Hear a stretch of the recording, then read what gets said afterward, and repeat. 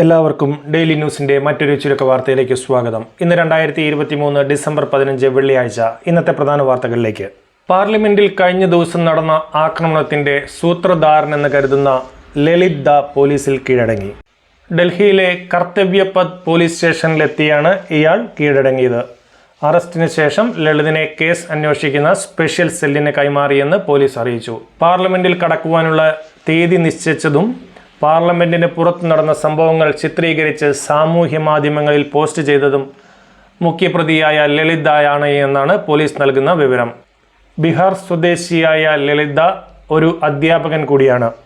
സന്ദർശക ഗാലറിയിൽ നിന്ന് ലോക്സഭയിലേക്ക് ചാടിയ മനോരഞ്ജൻ, സാഗർ ശർമ്മ, പുറത്ത് പ്രതിഷേധിച്ച നീലം ദേവി, അമോൽ ഷിൻഡെ എന്നിവരെ NIA പ്രത്യേക കോടതി ഒരാഴ്ചത്തെ പോലീസ് കസ്റ്റഡിയിലേക്ക് വിട്ടു. ഇന്നലെ സംഭവം നടക്കുമ്പോൾ പാർലമെന്റിലെ സന്ദർശക ഗാലറി സുരക്ഷാ പരിശോധനയുടെ ഉത്തരവാദിത്തമുണ്ടായിരുന്ന 8 പോലീസുകാരെ സസ്പെൻഡ് ചെയ്തു. അതേസമയം പാർലമെന്റിൽ ബുധനാഴ്ച പ്രതിഷേധ മുദ്രാവാക്യങ്ങളുമായി 2 യുവാക്കൾ കടന്നു കയറിയ സംഭവം ഗൗരവമേറിയതാണ് എന്നും സുരക്ഷാ വീഴ്ച സംഭവിച്ചതായും കേന്ദ്ര ആഭ്യന്തരമന്ത്രി അമിത് ഷാ പറഞ്ഞു. അതേസമയം പാർലമെന്റ് ആക്രമണത്തിനെതിരെ ലോക്സഭയിൽ പ്രതിഷേധമുയർത്തിയ 14 MPമാരെ ഇന്നലെ സസ്പെൻഡ് ചെയ്തു. കേരളത്തിൽ നിന്നുള്ള 6 MPമാരടക്കമാണ് ഇത്. ഇത്തവണത്തെ പാർലമെന്റ് സമ്മേളനം തീരുന്ന 22-ാം തീയതി വരെയാണ് ഇവരുടെ സസ്പെൻഷൻ ബാധകമാവുക. കടമെടുക്കുവാനുള്ള പരിധി വെട്ടിക്കുറച്ചതിനെ ചൊല്ലി കേന്ദ്ര സർക്കാരുമായി കേരള സർക്കാർ നടക്കുന്ന ഏറ്റുമുട്ടലിന് താൽക്കാലിക ആശ്വാസം. കിഫ്ബിയും സാമൂഹിക സുരക്ഷാ പെൻഷൻ കമ്പനിയും ചേർന്നെടുത്ത 3140 കോടി രൂപയുടെ വായ്പ ഇത്തവണ കേരളത്തിന്റെ കടപരിധിയിൽ നിന്ന് ഒഴിവാക്കുവാൻ കേന്ദ്രം സമ്മതിച്ചു. ഇതേ തുടർന്ന് 2000 കോടി രൂപ കടമെടുക്കുവാൻ ധനവകുപ്പ് തീരുമാനിച്ചു. അതീവ ഗുരുതരമായ സാമ്പത്തിക പ്രതിസന്ധിയിൽ അകപ്പെട്ടിരിക്കുന്ന കേരള സർക്കാരിന് ഇത് ഒരു താൽക്കാലിക ആശ്വാസമായി. അനുവദിച്ച തുകയിൽ നിന്ന് 2000 കോടി രൂപ ഈ മാസം 19-ന് കേരളം കടമെടുക്കും. ക്രിസ്മസ് കണക്കിലെടുത്ത് 2 മാസത്തെ ക്ഷേമ പെൻഷൻ വിതരണം ചെയ്യുന്നതിന് വേണ്ടിയാണ് ഇത്. മറ്റ് ചിലവുകൾക്ക് ഈ പണം തികയുന്നില്ല എങ്കിൽ 1 മാസത്തെ പെൻഷൻ മാത്രമേ വിതരണം ചെയ്യുവാൻ സാധിക്കൂ എന്ന് വ്യത്യസ്ത മാധ്യമങ്ങൾ റിപ്പോർട്ട് ചെയ്യുന്നു. ഇപ്പോൾ കേരള സർക്കാർ 2000 കോടി രൂപ കൂടി കടമെടുക്കുന്നതോടെ ഈ സാമ്പത്തിക വർഷം അവസാനിക്കുന്നത് വരെ കടമെടുക്കുവാൻ ബാക്കിയുള്ള തുക വെറും 5000 കോടി രൂപ ആയി കുറയുമെന്നും, എന്നാൽ സാമ്പത്തിക വർഷാവസാന ചെലവുകൾക്ക് ഏതാണ്ട് 30,000 കോടി രൂപയെങ്കിലും ആവശ്യമുണ്ട് എന്നാണ് സർക്കാരിന്റെ കണക്ക് എന്നും ദേശീയ മാധ്യമങ്ങളുടെ റിപ്പോർട്ടുകളിൽ ചൂണ്ടിക്കാട്ടുന്നു. സാമ്പത്തിക പ്രതിസന്ധി താൽക്കാലികമായി പരിഹരിക്കപ്പെട്ടുവെങ്കിലും ഗുരുതരമായ പ്രതിസന്ധിയാണ് കേരളത്തെ ഉറ്റുനോക്കുന്നത് എന്നാണ് ഈ വിവരങ്ങൾ നൽകുന്ന സൂചന. വണ്ടിപ്പെരിയാർ ചുരക്കളം എസ്റ്റേറ്റിൽ 6 വയസ്സുകാരിയെ പീഡിപ്പിച്ച ശേഷം കെട്ടിത്തൂക്കി കൊലപ്പെടുത്തിയെന്ന കേസിലെ പ്രതി അർജുൻ സുന്ദറിനെ തെളിവുകളുടെ അഭാവത്തിൽ കട്ടപ്പന അതിവേഗ കോടതി വെറുതെ വിട്ടു. പ്രതി കൊലപാതകം, ബലാത്സംഗം എന്നിവ നടത്തിയെന്ന് തെളിയിക്കുവാൻ പ്രോസിക്യൂഷന് കഴിഞ്ഞില്ല എന്ന് ജഡ്ജി V. മഞ്ജുവിന്റെ വിധിയിൽ പറയുന്നു. അന്വേഷണ ഉദ്യോഗസ്ഥന്റെയും പോലീസിന്റെയും വീഴ്ചകൾ വിധിയിൽ എണ്ണി കോടതി പറഞ്ഞിട്ടുണ്ട്. അന്വേഷണത്തിൽ ഉടനീളം പോലീസ് ഉദ്യോഗസ്ഥൻ അലസത കാട്ടിയെന്നും തെളിവുകൾ ശേഖരിക്കുന്നതിന് അശാസ്ത്രീയ രീതി പിന്തുടർന്നുവെന്നും കോടതി കുറ്റപ്പെടുത്തി. സംഭവത്തിന്റെ അടുത്ത ദിവസം ഉച്ചയ്ക്ക് ശേഷം മാത്രമാണ് അന്വേഷണ ഉദ്യോഗസ്ഥൻ സ്ഥലത്തെത്തിയത് എന്നും കോടതി നിരീക്ഷിച്ചു. അതുപോലെ തന്നെ സ്ഥലത്തു നിന്ന് രക്തം പോലെ കേസ് തെളിയിക്കുവാൻ ആവശ്യമായി എന്തെങ്കിലും കണ്ടെത്താൻ പോലീസ് ശ്രമിക്കുകയോ അത്തരം കാര്യങ്ങൾ അന്വേഷണ രേഖകളിൽ ചേർക്കുകയോ ചെയ്തിട്ടില്ല എന്നും കോടതി നിരീക്ഷിച്ചു. 2021 ജൂൺ 30-നാണ് എസ്റ്റേറ്റിലെ മുറിക്കുള്ളിൽ നിർദ്ധരായ തോട്ടം തൊഴിലാളികളുടെ മകളായ 6 വയസ്സുകാരിയെ തൂങ്ങി മരിച്ച നിലയിൽ കണ്ടെത്തിയത്. ലൈംഗിക പീഡനത്തിന് ഇരയായി എന്ന് പോസ്റ്റ്മോർട്ടം റിപ്പോർട്ടിൽ വ്യക്തമായിരുന്നു. അന്വേഷണത്തിൽ അർജുൻ അറസ്റ്റിലാകുകയും പീഡിപ്പിച്ച ശേഷം കെട്ടിത്തൂക്കി കൊലപ്പെടുത്തിയതാണ് എന്ന് അർജുൻ ചോദ്യം ചെയ്തപ്പോൾ സമ്മതിച്ചതായും പോലീസ് പറഞ്ഞിരുന്നു. എന്നാൽ പ്രതിയെ വിട്ടയച്ചതിനെതിരെ അപ്പീൽ പോകുവാൻ പോലീസ് തീരുമാനിച്ചു. നമ്മൾ വാർത്തയിൽ നിന്ന് ഒരു നിമിഷം വ്യതിചലിക്കുന്നു. വ്യത്യസ്ത ദേശീയ മാധ്യമങ്ങൾ പരാമർശിച്ച് പ്രാധാന്യമുള്ള വാർത്തകൾ വളരെ ചുരുക്കി നിങ്ങളിലേക്ക് എത്തിക്കുന്ന ഈ വാർത്താ ബുള്ളറ്റിൻ നിങ്ങൾക്ക് ഉപകാരപ്രദമാകുമെന്ന് വിശ്വസിക്കുന്നു. നിങ്ങൾ ഇതുവരെയായി ഈ ചാനൽ സബ്സ്ക്രൈബ് ചെയ്തിട്ടില്ല എങ്കിൽ ദയവ് ചെയ്ത് സബ്സ്ക്രൈബ് ചെയ്യുകയും ബെല്ലൈക്കൺ അമർത്തുകയും ചെയ്യുക. നമ്മൾ വീണ്ടും വാർത്തയിലേക്ക് തിരിച്ചു വരുന്നു. SFI പ്രവർത്തകർ ഗവർണർ ആരിഫ് മുഹമ്മദ് ഖാന്റെ വാഹനത്തിന് നേരെ ചാടി വീണത് തടയുന്നതിൽ വീഴ്ചയുണ്ടായി എന്ന് സിറ്റി പോലീസ് കമ്മീഷണർ.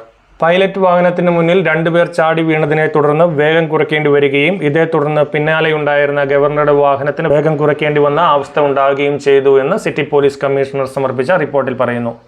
എന്നാൽ റിപ്പോർട്ടിൽ ആർക്കെതിരെയും നടപടിക്ക് ശുപാർശ ചെയ്തിട്ടില്ല എന്നാണ് മാധ്യമങ്ങൾ ചൂണ്ടിക്കാട്ടുന്ന വിവരം. അതേസമയം ഗവർണർക്കെതിരെ പ്രതിഷേധിക്കുകയും കരിങ്കൊടി കാട്ടി വാഹനവും തടയുകയും ചെയ്ത SFI പ്രവർത്തകർക്ക് കോടതി ജാമ്യം നിഷേധിച്ചു. സംസ്ഥാനത്തെ സർവകലാശാലകളിൽ ഗവർണറെ പ്രതിരോധിക്കുമെന്നും ഗവർണറെ സർവകലാശാലയുടെ ഉള്ളിൽ കയറ്റുവാൻ അനുവദിക്കില്ല എന്നും SFIയുടെ വെല്ലുവിളി ഏറ്റെടുത്ത് ഗവർണർ ആരിഫ് മുഹമ്മദ് ഖാൻ. ശനിയാഴ്ച കോഴിക്കോടേക്ക് എത്തുന്ന ഗവർണർ ഗസ്റ്റ് ഹൗസിൽ താമസിക്കാനാണ് ആദ്യം നിശ്ചയിച്ചത് എങ്കിലും വെല്ലുവിളിയെ തുടർന്ന് കാലിക്കറ്റ് സർവകലാശാല ഗസ്റ്റ് ഹൗസിലേക്ക് താമസം മാറ്റി. ഇതേ തുടർന്ന് വെള്ളിയാഴ്ച ഇന്റലിജൻസ് ADGPയുടെ നേതൃത്വത്തിൽ ഗവർണർക്ക് ഒരുക്കേണ്ട സുരക്ഷ വിലയിരുത്തുവാൻ പോലീസ് ഉദ്യോഗസ്ഥരുടെ ഉന്നത യോഗം ചേരുന്നുണ്ട്. പോലീസിന്റെ സുരക്ഷയിൽ വീഴ്ചയുണ്ടായാൽ CISF പോലെയുള്ള കേന്ദ്രസേനയെ ഗവർണറുടെ സംരക്ഷണം ഏൽപ്പിക്കുന്ന സാഹചര്യമുണ്ടാവാം. ഇതിന് സംസ്ഥാന പോലീസിന്റെ അനുമതി ആവശ്യമില്ല. കേന്ദ്ര ആഭ്യന്തര വകുപ്പിന് ഈ കാര്യത്തിൽ തീരുമാനമെടുക്കാവുന്നതാണ്. ലോക്സഭാ അംഗത്വം പുനഃസ്ഥാപിക്കണം എന്നാവശ്യപ്പെട്ടുകൊണ്ടുള്ള തൃണമൂൽ കോൺഗ്രസ് MP മഹുമ മൊയ്ത്രയുടെ ഹർജി സുപ്രീം കോടതി വെള്ളിയാഴ്ച പരിഗണിക്കും. ചോദ്യത്തിന് കോഴ വാങ്ങിയെന്ന ആരോപണങ്ങൾ അന്വേഷിച്ച എത്തിക്സ് കമ്മിറ്റിയുടെ നടപടികൾ നിയമലംഘനമാണ് എന്ന് ചൂണ്ടിക്കാട്ടിയാണ് മഹുമ കോടതിയെ സമീപിച്ചത്. മണിപ്പൂർ കലാപത്തിന്റെ ആദ്യ നാളുകളിൽ കൊല്ലപ്പെട്ട 60 കുക്കി ഗോത്ര വിഭാഗക്കാരുടെ മൃതദേഹങ്ങൾ 7 മാസത്തിന് ശേഷം ബന്ധുക്കൾക്ക് വിട്ടുകൊടുത്തു. മെയ് 3 ആരംഭിച്ച മണിപ്പൂർ കലാപത്തിന്റെ ആദ്യ നാളുകളിൽ കൊല്ലപ്പെട്ടവരാണ് ഭൂരിപക്ഷം പേരും. ഇൻഫാലിലെ Jawaharlal Nehru institute of medical science, regional institute of medical sciences എന്നിവിടങ്ങളിലാണ് മൃതദേഹങ്ങൾ സൂക്ഷിച്ചിരുന്നത്. മാന്യമായി സംസ്കരിക്കാൻ അവസരമൊരുക്കണമെന്ന് കഴിഞ്ഞ മാസം സുപ്രീം കോടതി ആവശ്യപ്പെട്ടിരുന്നു. ഹമാസിനെ തകർക്കുന്നതുവരെ ഗാസയിലെ ആക്രമണം തുടരുമെന്ന് ഇസ്രായേൽ പ്രധാനമന്ത്രി ബെഞ്ചമിൻ നെതന്യാഹു ആവർത്തിച്ചു.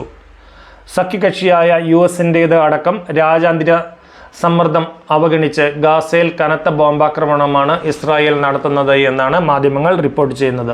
അതേസമയം പട്ടിണി പിടിമുറുക്കിയ ഗാസയിൽ ദുരിതാശ്വാസ വിതരണം അസാധ്യമായതായി UN ഏജൻസി അറിയിച്ചു. 2-3 ദിവസമായി ഒന്നും കഴിക്കാത്തവരാണ് ഏറെയെന്നും ക്യാമ്പുകളിലേക്ക് ഭക്ഷ്യവസ്തുക്കളുമായി എത്തുന്ന ട്രക്കുകൾ തെരുവിൽ തടയുന്ന ജനക്കൂട്ടം അവിടെ വെച്ച് തന്നെ ഭക്ഷണം കഴിച്ചു തീർക്കുന്ന സ്ഥിതിയാണ് എന്നും UN ഏജൻസി വക്താവ് അറിയിച്ചു.